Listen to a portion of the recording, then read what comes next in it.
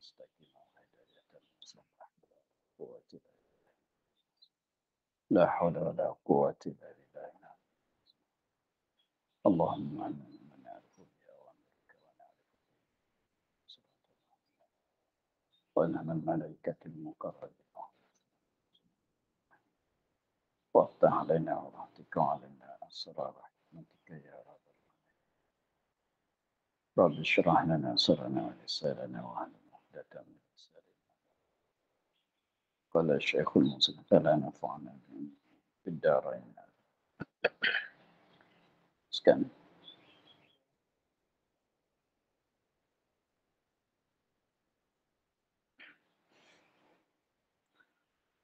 Dan dimaafkan menghubungkan tulangnya dengan tulang najis kerana hajat yang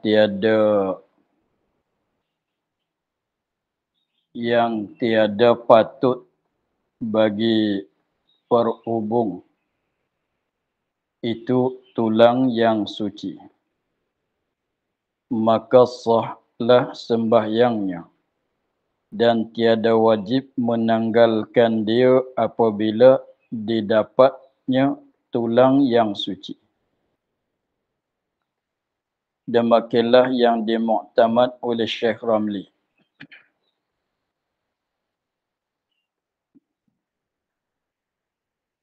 Ini kita dalam masalah masih dalam masalah menanggungkan najis di dalam solat. Menanggungkan najis di dalam solat, maka setengah daripada masalahnya, setengah daripada masalah menanggungkan najis tetapi dimaaf ialah tulang yang sambung dengan tulang badan seorang apabila tulang dia tu patah.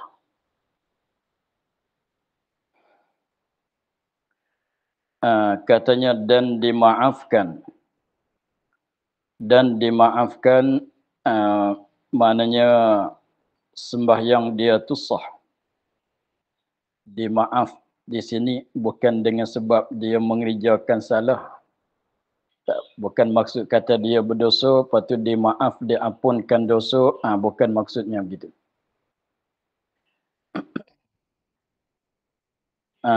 Maknanya menanggungkan najis di dalam solat pada masalah ini tidak membatalkan solat. Menanggungkan najis pada masalah ini tidak membatalkan solat.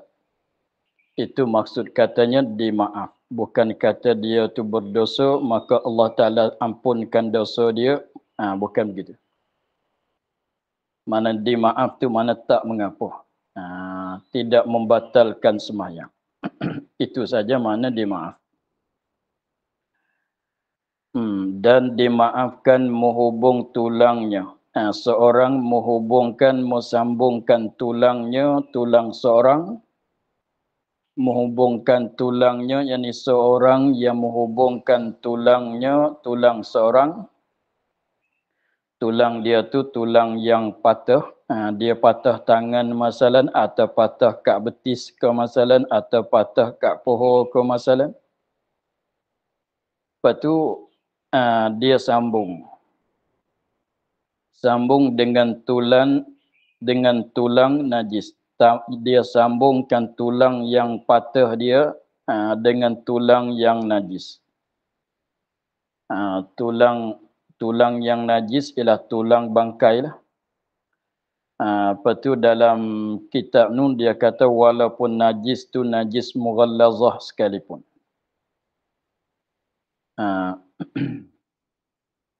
Jadi dia contohnya kalau patah kat pohon. Lepas tu dia buka isi pohon tu, tempat yang tulang pohon patah tu dia sambung dengan tulang najis. Sudah sambung, tutup balik. Jahit. Begitulah. Jadi tulang najis ada kat dalam dalam daging dia lah. Sebab jadi tersambungan dengan tulang dia yang patah. Bahawa mana menghubungkan tulangnya, tulang dia seorang menghubungkan tulangnya, tulang dia yang patah tu dengan tulang yang najis. Tulang bangkai. Atau begitu juga dengan gading gajah masalah. Tapi dia hubung dengan tulang najis, dia sambungkan tulang dia yang patah tu dengan tulang najis. Kerana hajat. Sebab perlu kepada guna tulang yang najis itu. Apa makna kerana hajat? Yang tiada patut, ini maksud dengan kata kerana hajat. Hajat kepada sambungkan tulang dia yang patah itu dengan tulang najis. Kerana ada hajat. Hajat tu, apa dia hajat? Tiada patut, yakni tiada layak bagi perhubung itu, jadi nak buat jadi sambung macam itu. Bagi perhubung tulang, perhubung tulang itu dengan jika mana kerana hajat yang tiada patut bagi perhubung itu tulang dengan yang suci, dengan tulang yang suci. Dengan maknanya tulang yang suci itu ada tulang lembu yang disembelihkan, tulang kambing yang disembelihkan tu ada, tetapi orang yang pakar nisbah hubungan tulang tu dia kata kalau guna tulang ni lambat sembuh. Tulang dia yang patah tu, yang pecah, yang patah tu tak jadi sambung balik. Tak dapat tidak kena guna tulang monyet masalah. Kalau tulang lembu yang disembelih, tulang kambing yang disembelih tu tak jadi. Masalahnya, dia katanya tulang lembu, tulang kambing yang disembelih tu ada, tapi tak terjadi dia tu. Orang yang kepakaran nisbah itu. Nak bagi jadi, nak bagi sambung baik balik tu, kena guna tulang monyet. Kena guna tulang monyet masalah. Atau kena guna tulang keldai masalah. Keldai kampung yang tak halal daging. Maka jadi maknanya kalau sambung dengan tulang lembu yang disembelih, tulang kambing yang disembelih, jadi maknanya tak jadi sambung balik tulang dia. Nak jadi elok balik kena guna tulang monyet masalah. Itu maknanya ada hajat. Jadi kalau guna tulang monyet buat sambungan itu memanglah jadi bangkai.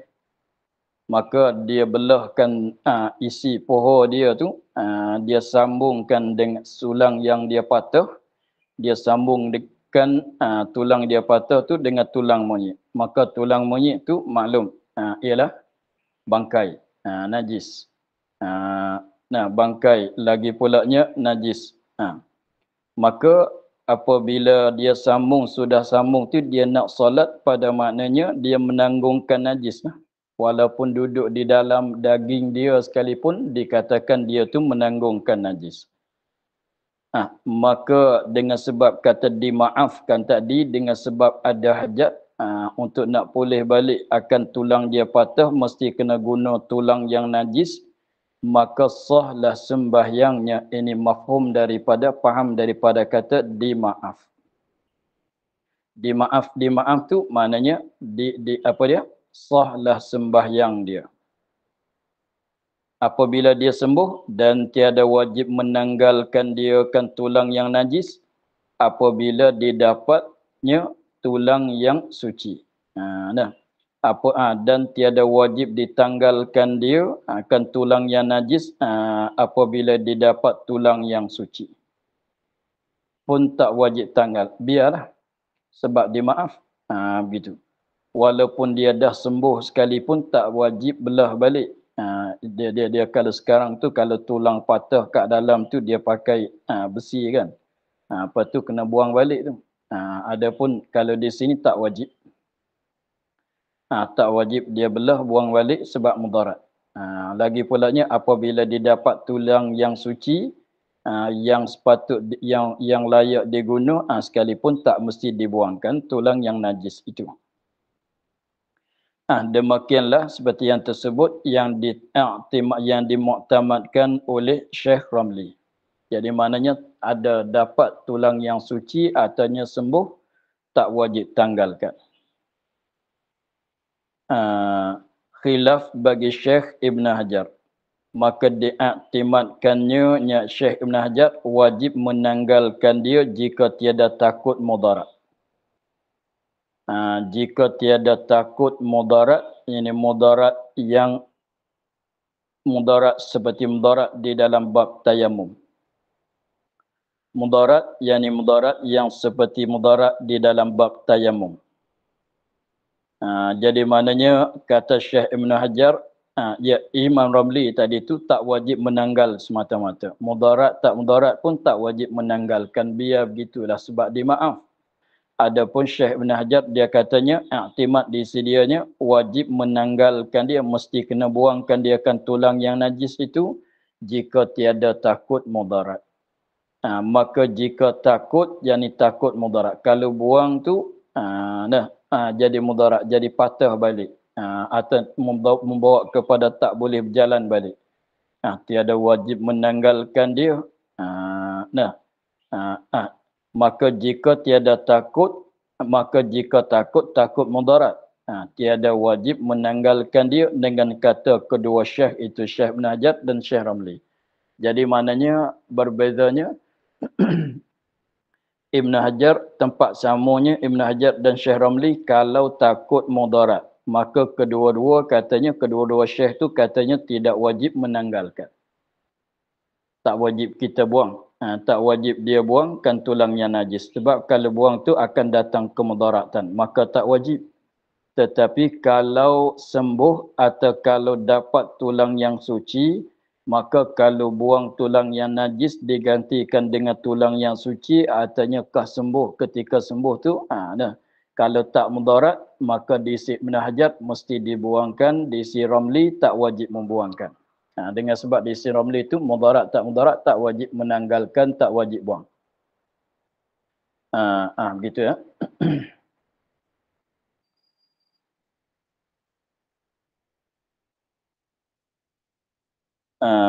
Dan jikalau dihubungkan bukan kerana hajat. Tadi dia ada hajat nak kena guna tulang yang najis. Seperti kita katanya seorang tu tulang dia patah. Padahal dia duduk di tempat yang susah nak dapat binatang yang suci. Tulang yang suci tu tak dapat. Kalau nak tunggu dapat tulang yang suci, mudaratlah, sakit beratlah. Tak boleh nak berjalan dah dia. Hanya yang ada sekarangnya ialah ada tulang bangkai, tulang yang najis. Gunalah. Tetapi kalau ada pilihan tulang yang najis pun ada, kalau tulang yang najis pun ada, tulang yang suci pun ada. Lagi pulanya kedua-dua tu sama kalau diguna. Contohnya kalau guna tulang bangkai pun begitulah sembuhan dia. Sama dengan guna tulang najis, tidak ada yang mana utama, yang mana lebih aula, lebih elok. Jadi maknanya kalau disambungkan dengan tulang yang najis bukan kerana hajat. Seperti dapat tulang yang suci, yang patut untuk guna buat hubung, buat sambung. Nescaya wajib menanggalkan dia. Apabila sembuh tu wajib kena tanggal. Dan jika aman daripadanya, yakni daripada menanggalkan itu mudarat yang mengharuskan tayamum. Kalau katanya tanggal tu tak takut mudarat dalam bab tayamum, maka wajib menanggalkan. Sebab ada pilihan, tak boleh guna tulang yang suci, kenapa dia guna tulang yang najis pula? Dan jika mati, maka jikalau aman daripada anggota yang mengharus tayamum atau sudah mati ia, maka tiada lagi ditanggalkan daripadanya. Dia katanya dan jika tiada mati. Maknanya tadi, wajib menanggal tadi. Wajib menanggalkan dengan sebab tulang suci ada, tulang najis ada, tetapi saja-saja dia pilih ambil tulang najis buat sambung. Padahal tulang najis, tulang bangkai itu, tulang najis, tulang yang suci sama kalau diguna. Tiba-tiba dia pilih guna tulang yang najis. Wajib menanggal jika aman daripada menanggal akan mudarat dalam bab tayamum. Jika tiada mati. Jadi kait dua. Dua kait. Wajib menanggal satu kalau aman daripada mudarat. Selamat daripada kemudaratan. Yang kedua selama mana dia tak mati lagi. Orang yang sambung tu tak mati lagi. Jadi wajib menanggal dikait dengan dua kait. Satunya jika aman daripada mudarat. Yang keduanya jika tiada mati. Masih hidup lagi orang yang sambung dengan tulang najis tu. Bukan kerana hajat tu. Masih hidup lagi. Dia masih hidup. Kalau tanggal tak jadi mudarat apa, sakit tu biasalah. Sakit nak tanggal tu biasalah. Tapi sakit tak sampai mudarat kepada dalam bab tayamum. Dua kait gitu. Maka wajib menanggal. Tak mudarat, tak mati lagi. Maka jikalau tiada, maka jikalau tiada aman. Seperti takut yang mengharuskan, takut mudarat yang mengharuskan tayamum. Jadi lambat sembuh atau membawa kepada mati anggota, artinya membawa kepada hilang nyawa. Katalah atau sudah mati orang yang sambung tu sudah mati. Maka tiada wajib. Jadi mana apabila dia mati, tak wajib kita tanggalkan tulang tu, belah mayat, belah badan, belah poho mayat, buangkan tulang yang najis itu, tak wajib. Sebab kalau buat begitu menyakiti kepada mayat. Sekiranya kalau takut mudarat, artinya dia tu sudah mati, mayat dia tak payah kita belah lah. Buangkan benda tu. Maka tiada lagi ditanggalkan daripada orang yang takut mudarat dan orang yang sudah mati. Itu masalahnya. Dan demikian lagi dimaaf pula tempat wasyam. Tetapi wasyam itu haram.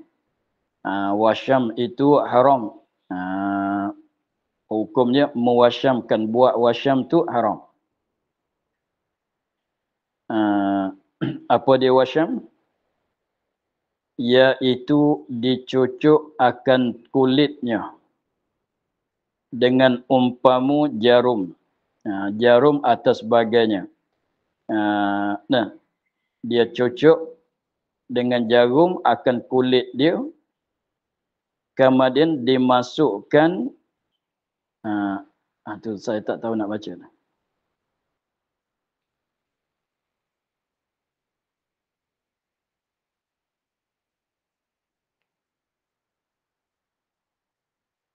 Kemudian dimasukkan, tapi kalau dalam kitab Arab tu kata jenis nila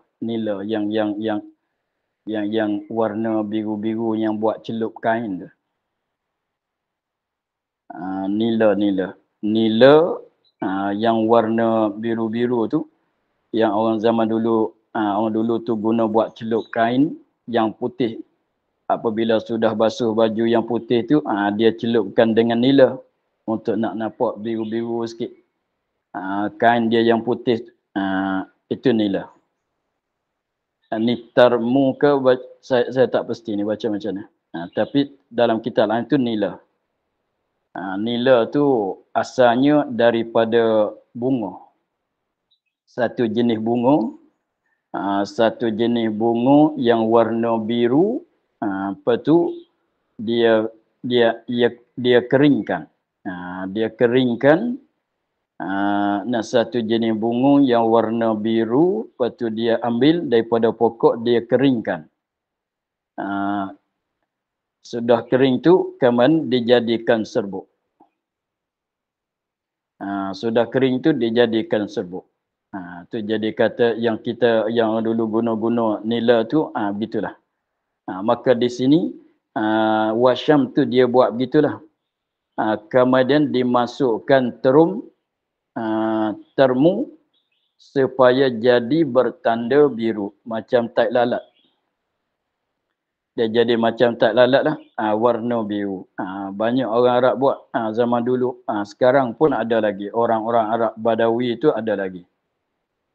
Nah, jadi dia cocok bagi berdarah tu, bagi tembus kulit dia. Apabila gitu dia ambil debu, serbuk, termu tadi tu, dia perlukan di atas. Di atas tempat yang dia cocok tu, apabila hilang tu jadi macam hitam, jadi bulat biru gitu. Itu panggil wasyam.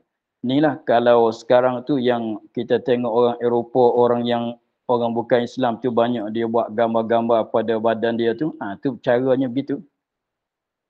Yang buat macam-macam gambar, ada tulisan, ada gambaran-gambaran.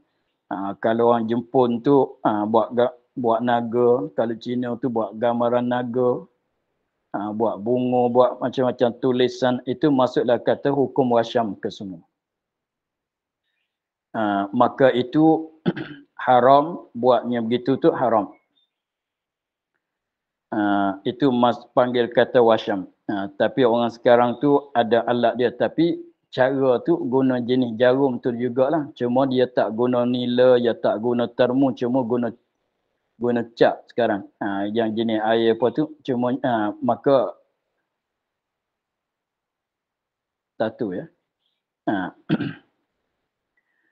Maka itu pun sama. Pasal jadi najis tu ya begini. Sebab haram tu pasalnya sebab mengubahkan kejadian Allah. Haram tu sebab mengubahkan kejadian Allah. Itu haram. Lagi pulanya menajiskan badan.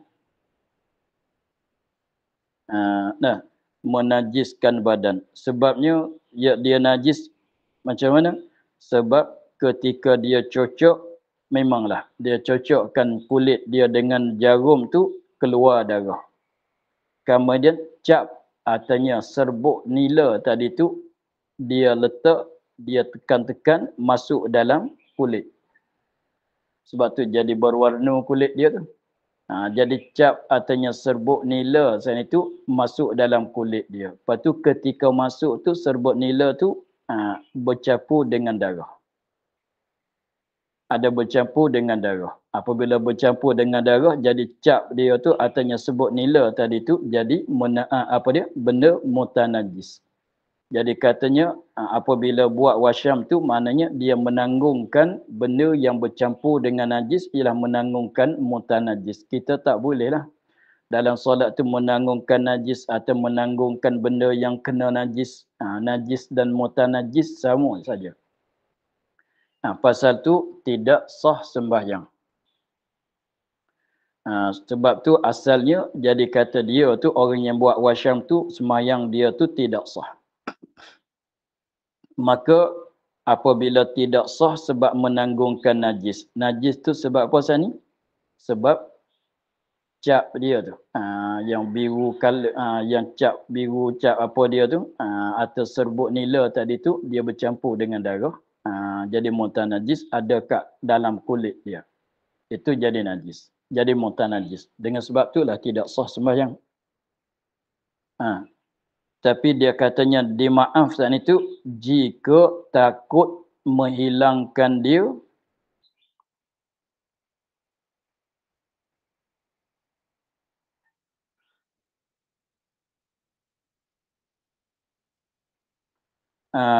jika takut menghilangkan dia mudarat. Jika takut menghilangkan dia mudarat. Itu takut susah fahamnya.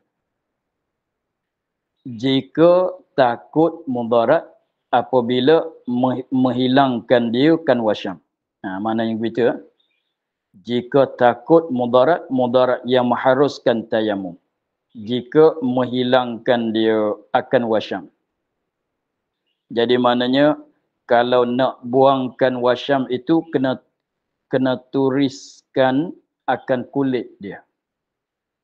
Kena turiskan kulit dia. Sekiranya kalau dia turiskan kulit dia supaya nak buang benda tu, dia kena macam kita toreh, orang menorehkan getah lah. Kena buang seketul. Walaupun tak besar tapi kena korek. Buang. Sebab kalau turis saja boleh jadi mengalir darah, benda tu tak habis. Mesti kena macam orang torres menoreh pokok getah tu. Kena buang tu. Nah, sekali dengan kulit, sekali dengan isi tu. Maka sekiranya kalau buangkan benda itu, takut mudarat. Mudarat sakat mana? Sekiranya mudarat yang membolehkan tayamum. Mudarat macam mana? Lambat sembuh, artinya menambahkan sakit, atau membawa kepada mati anggota, atau membawa kepada hilang nyawa. Maka sekiranya kalau nak buang tu, nak menghilangkan wasyam tu membawa kepada jadi mudarat, maka dimaafkan. Maka dimaafkan. Sebab tu kalau orang-orang kafir, orang-orang kafir yang masuk Islam tu, belum dalam masa kafir tu, dia buat wasyam tu banyak lah. Kat badan dia gambar tu gambar, ini lukisan tu lukisan, ini tulisan tu tulisan penuh kat badan dia. Biasanya satu laginya tu orang penjara, dan orang keluar pada penjara itu banyak juga nak ada benda tu. Maka sekiranya kalau tidak ada kemudaratan, wajib menghilangkan semua. Wajib menghilangkan semua tu, wajib kena menghilang, mana kena buang lah. Jangan bagi ada tu. Sekiranya kalau tak takut mudarat.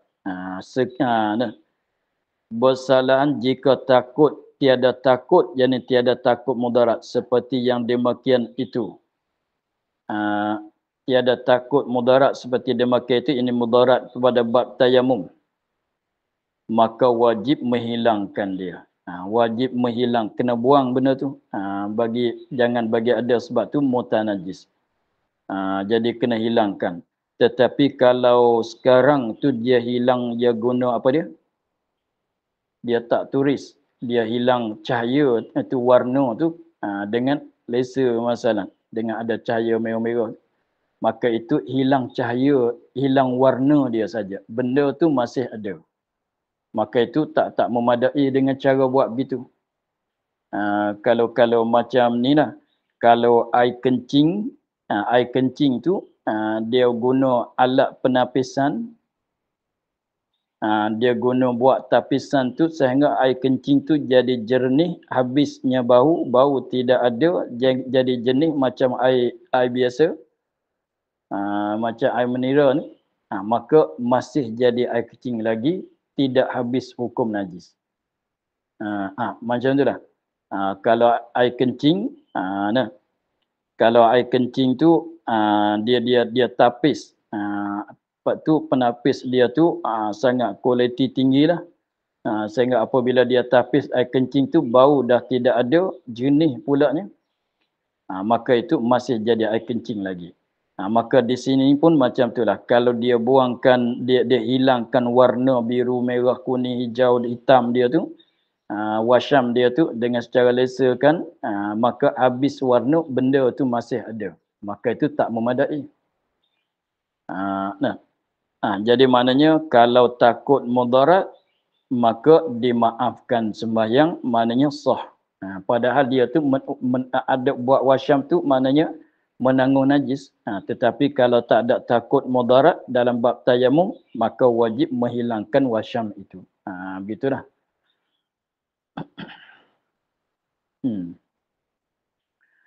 Dan demikian lagi dimaafkan pula tempat istinja dengan batu atau barang sebagainya, sebagai batu.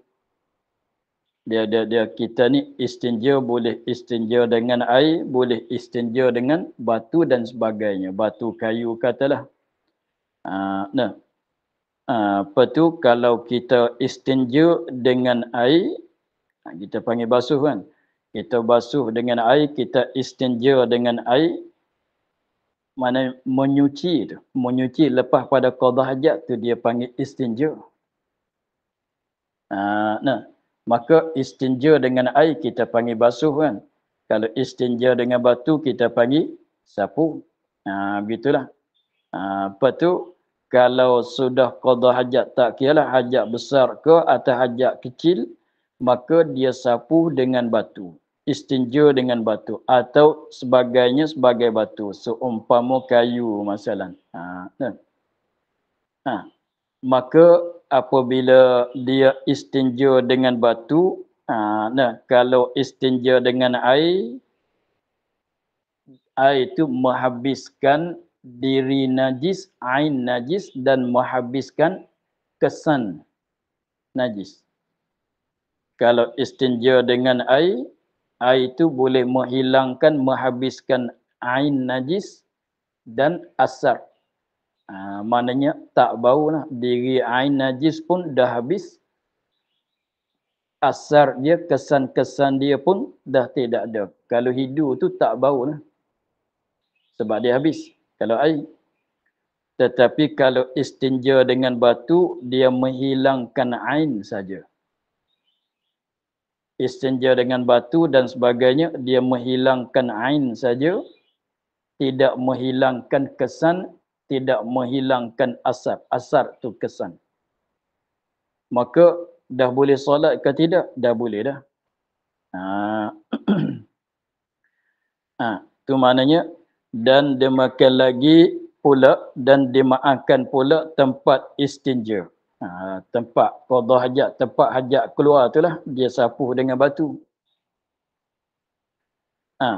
Dimaaf nisbah pada dirinya juga, ini untuk diri dia saja.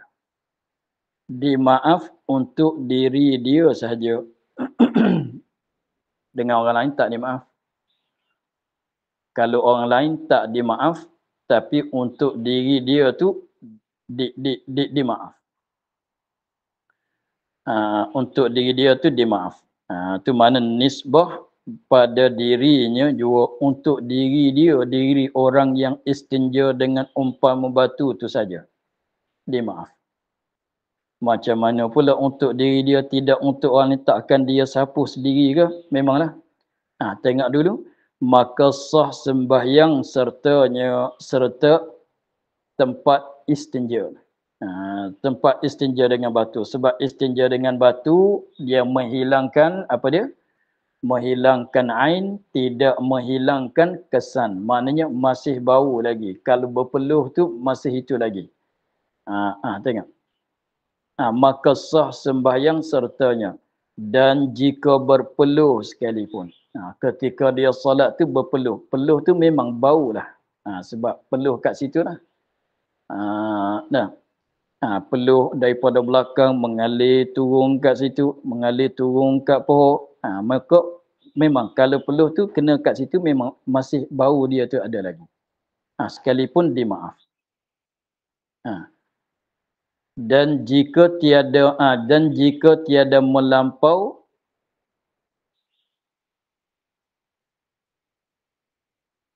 akan safah dubur atau jika berpeluh sekalipun. Tapi kalau berpeluh ni peluh dia tu salah saya kata tadi. Dan jika berpeluh sekalipun, jika tiada melampaukan peluh tu. Tiada melampau oleh peluh, kan ini akan safhah dubur atau hasyafah zakar, orang lelaki. Kalau berpeluh tapi peluh tak mengalir turun. Sekadar peluh di tempat tu saja. Tak mengalir. Begitu. Kalau berpeluh mengalir turun sampai pohon tu tak boleh dah. Jadi maknanya dia maaf sekiranya kalau tak berpeluh sampai mengalir. Kalau berpeluh sikit-sikit tu, tak sampai mengalir turun tu, tak apa lagi dimaaf. Begitu. Tapi kalau berpeluh tu banyak sampai mengalir kat pohon tu, atau lebih daripada keluar daripada kawasan safhah dubur, dia safhah dubur tu, kalau kita menenggung dia jadi terbuka, kalau kita berdiri dia jadi rapat. Situ dikatakan safhah. Jadi maknanya Kalau tak berpeluh, memanglah dimaaf.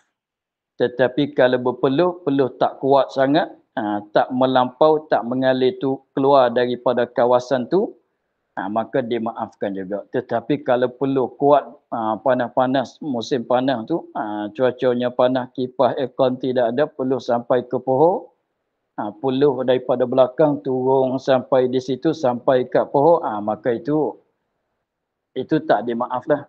Nak bagi memada tu mesti dia kena istinja lain kali, kena istinja dengan batu lah kalau cuaca panas sangat tu. Gitu. Adapun jika nisbah kepada orang lain tiada sah sembahyangnya. Sembahyang orang lain, bukan sembahyang dia.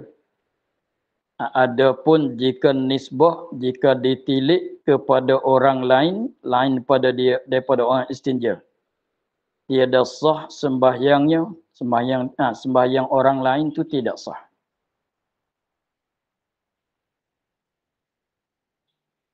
Kalau orang lain tidak sah, menanggungkan dia. Contohnya beginilah. Tengok. Dia jadi kita katanya kita istinja dengan air. Kita istinja dengan air. Kawan kita seorang tu dia istinja dengan batu. Kita sah ke tidak solat kita yang istinja dengan air? Sah. Solat dia solat? Sah. Tetapi kita tak boleh nak ikut dia.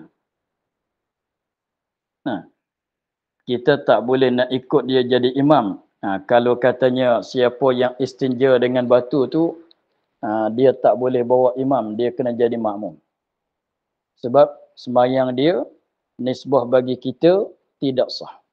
Nisbah bagi dia tu tidak sah. Dengan maknanya, kita agak katanya sembahyang dia tu tidak sah. Dengan maknanya kita tak boleh nak ikut dia. Tapi sembahyang dia tu sah lah. Jadi, untuk diri dia tu sah. Jadi kita nak hubung kait dengan dia tu tak boleh. Gitu. Kerana inilah tiada sah menanggung seorang itu. Seorang menanggung, tiada sah menanggung.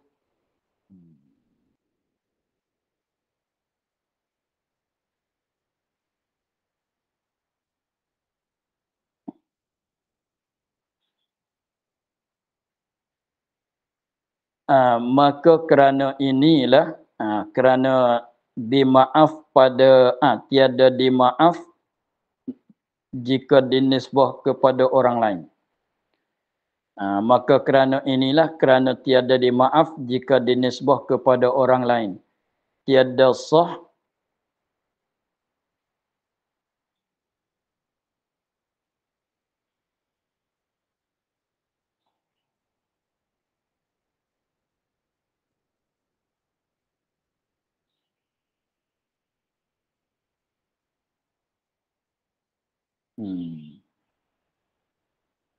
tiada sah menanggung tu bukan dia.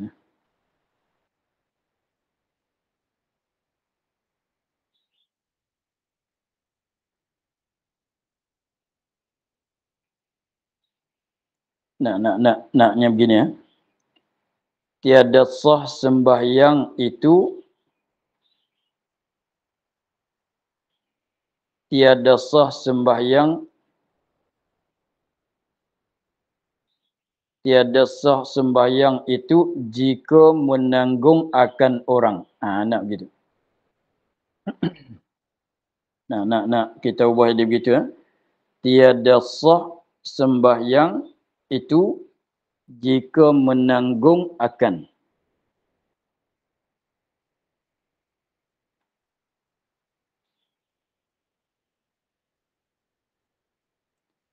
Tiada sah sembahyang itu.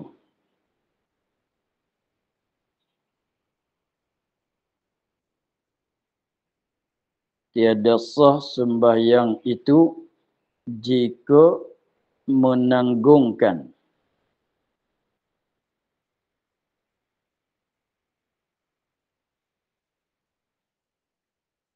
akan orang istinja dengan batu. Kita nak ubah dia begitu ya. Maka kerana inilah tiada sah sembahyang itu jika menanggung akan orang istinja dengan batu. Sembahyang kita ni tidak sah. Contohnya anak kita dia qada hajat. Anak kita dia qada hajat. Lepas pada dia qada hajat, kita sapuhkan hajatan dia tu dengan batu. Masalan, batu atau kayu masalan. Atau dia sapu dengan kertas masalan. Kertas yang boleh menempati di tempat batu. Maka apabila kita solat, dia datang duduk di atas riba kita. Dia datang duduk di atas riba kita. Maka itu tidak sah. Artinya orang besar, orang yang besar, orang yang balik, kita solat, dia datang duduk di atas kita. Padahal dia tu istinja dengan batu. Maka tidak sah. Sebab katanya sah untuk dia, untuk kita, orang lain, tidak sah. Dengan sebab tu kalau kita solat, jangan menanggungkan dia. Kalau sentuh tu tak mengapalah. Jangan kita menanggung akan orang istinja dengan batu. Sebab ketiada hajat kepadanya menanggung kepada orang sembahyang, menanggung akan dia, akan orang istinja di dalam sembahyang. Tak perlu kita tak hajat pada menanggung orang kan. Tak berhajat kepada menanggungkan siapa-siapa dalam solat. Nak solat kalau kena ada bawa ke, kita letaklah dulu. Tak berhajat kepada dukung pada menanggung pikul ke masalan, pondong ke masalan, tak mesti. Jadi maknanya kalau kita menanggungkan orang yang istinja dengan batu di dalam solat, maka solat kita tidak sah. Sebab kalau dia sendiri itu solat, sah untuk dia. Tapi kalau kita menanggungkan dia, kita tidak sah. Sebab dimaaf untuk dia, tidak dimaaf untuk orang lain. Itu ya. Kata Syekh Ibn Hajar, maka diambil daripada ilat ini, apa dia? Kerana sebab ketiadaan hajat ni. Kata Syekh Ibn Hajar, maka diambil faham. Diambil faham. Dipaham itulah. Kata Syekh Ibn Hajar, jika diambil, yakni dipaham. Diambil faham, yakni dipaham daripada ilat ini, ilat tadi, sebab ketiadaan hajat kepadanya menanggungkan dia di dalam sembahyang. Dimaafkan telur tumah, telur butu, di dalam selang-selang penjahit. Yakni di dalam selang-selangnya, selang penjahit.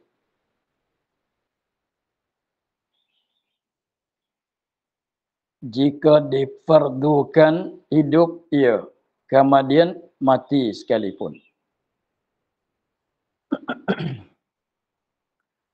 Jadi gutu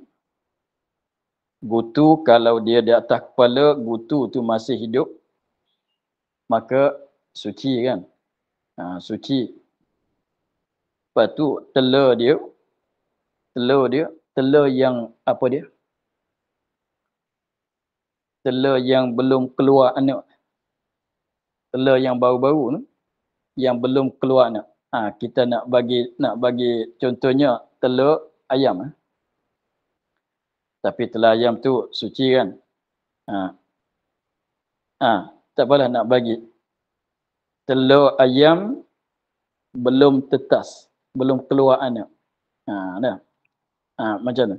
Jadi maknanya gutu, kita gutu dulu. Gutu yang hidup, yang hidup tu ialah macam semut lah, suci. Tetapi kalau gutu tu mati, maka najis. Jadi bangkai. Lepas tu biasanya kalau orang bergutu ni, dia sisi gutu, dia sikapkan gutu, dia tindas. Apabila tindas tu, pecah perut dia. Maka tinggal ada kulit. Kulit dia. Kulit gutu. Sarung dia tu, kulit dia. Itu najis. Biasanya dia dapat gutu tu, dia tindas. Maka pecah perut dia, keluar. Maka tinggal ada kulit dia. Artinya gutu dia bersalin ke tidak? Kalau ular tu dia bersalin kan? Macam ular lah. Kalau ular sana itu, kalau dia masih hidup, maka suci. Kalau kita solat tu, setengah orang tu bila ular kecil, nak solat dia letak dalam poket. Itu tak mengapa sebab ular tu hidup. Tetapi ular ni dia jenis bersalin kulit. Apabila dia bersalin kulit tu, sarung dia ni, yang lekat kat kayu-kayu kat hutan tu, itu najis. Itu najis. Maka gutu apabila dia mati, kalau mati dengan tak dipicit, maka bangkai. Apa artinya? Tinggal ada kulit dia saja. Selepas pada picit tu, tinggal ada kulit dia saja. Maka itu pun bangkai juga, najis juga. Itu gutu. Kemudian telur dia pula yang lekat kat rambut. Telur dia, telur dia sana itu, ni nak cerita belum pada kita nak bicara kata maaf ke tak maaf. Nak cerita hukum asal dulu. Maka telur yang ada anak kat dalam, belum tetas lagi, belum keluar anak lagi, baru-baru dia bertelur tu. Baru-baru dia telur tu, maka itu suci. Tapi tak boleh makan lah. Tapi suci. Apabila dia keluar anak, tinggal ada sarung dia kan. Tinggal ada sarung dia. Maka sarung dia tu najis. Begitu. Sarung dia tu najis. Lepas tu, habis tu kalau lekat kat rambut, biasanya dia tak jatuh kan. Dia tak jatuh. Biasanya kejap dia lekat kat rambut tu. Maka itu dia maaf sebab umumul balwa. Maka masalah di sininya bukan masalah lekat kat rambut. Telur gutu, tubuh gutu yang di dalam selang-selang penjahit. Apabila dia jatuh tu dia lekat kat celah-celah ni. Penjahitan baju kita ni. Dia jatuh lekat kat celah-celah. Kalau banyak gutu tu, lama-lama dia jatuh. Lepas tu jatuh tu lekat kat baju, kat celah-celah tempat jahitan baju kita ni. Kalau lekat kat isi daging, kita gelebas tu dia keluar kan. Tapi kalau dia masuk kat celah-celah, kat celah-celah baju, tempat-tempat jahit yang rapat-rapat tu, kalau kita tak gelebas, dia tak keluar. Begitu. Itu maknanya yang, atau dia katanya, dimaafkan daripada telur tumor, yang di dalam selang-selang penjahit, yang lekat kat celah-celah jahitan baju kita. Jikalau difardukan hidup ia kemudian matinya sekalipun, walaupun kita katanya anak di dalam tu hidup, lepas tu mati di dalam, jadi anak gutu dalam telur tu mati dalam telur, maka jadi najis lah. Sekalipun maka dimaafkan. Apakah lagi kalau lekat kat kepala? Lepas tu kalau orang gutu banyak tu, kalau nak buang telur yang sudah menetas saat itu, nak buang satu-satu, jenis buang lah. Sebab dia banyak. Maka dimaafkan juga. Kerana umum kena bala. Masuk dalam kata bala yang meratai. Susah kita nak jaga. Begitu. Kerana umum kena bala dengan dia, dengan telur tumor tadi. Telur gutu lah. Kata Syekh Ramli, di dalam nihayah diambil perkataan yang telah lalu pada hukum memegang tali yang berhubung dengan najis. Kita habiskan tu. Begitulah jadi masalahnya hukum telur kemumu, telur tumor tu. Begitulah. Kemudian kita akhir pada kata Syekh Ramli di dalam Nihayah. Wallahu a'lam. Alhamdulillah rabbil alamin. Bismillahirrahmanirrahim. Bismillahirrahmanirrahim. Alhamdulillah rabbil alamin. Wassalatu wassalamu ala asyrafil anbiya'i wal mursalin wa ala alihi wa sahbihi ajma'in. Allahumma iftah lana futuhal 'arifin wa nawwir qulubana min nurikal karim waj'al 'amalana khalisatan liwajhikal karim. اللهم إنا نستودعك ما قرأناه وما حفظناه وما سمعناه فردد علينا وافتح به. سبحان ربك رب العزة عما يصفون وسلام على المرسلين والحمد لله رب العالمين. Terima kasih Baba. Assalamualaikum. Terima kasih Baba. Assalamualaikum. Terima kasih Baba. Terima kasih Baba. Assalamualaikum. Terima kasih Baba. Terima kasih Baba. Assalamualaikum. Assalamualaikum warahmatullahi wabarakatuh. Waalaikumsalam. Waalaikumsalam. Waalaikumsalam warahmatullahi wabarakatuh.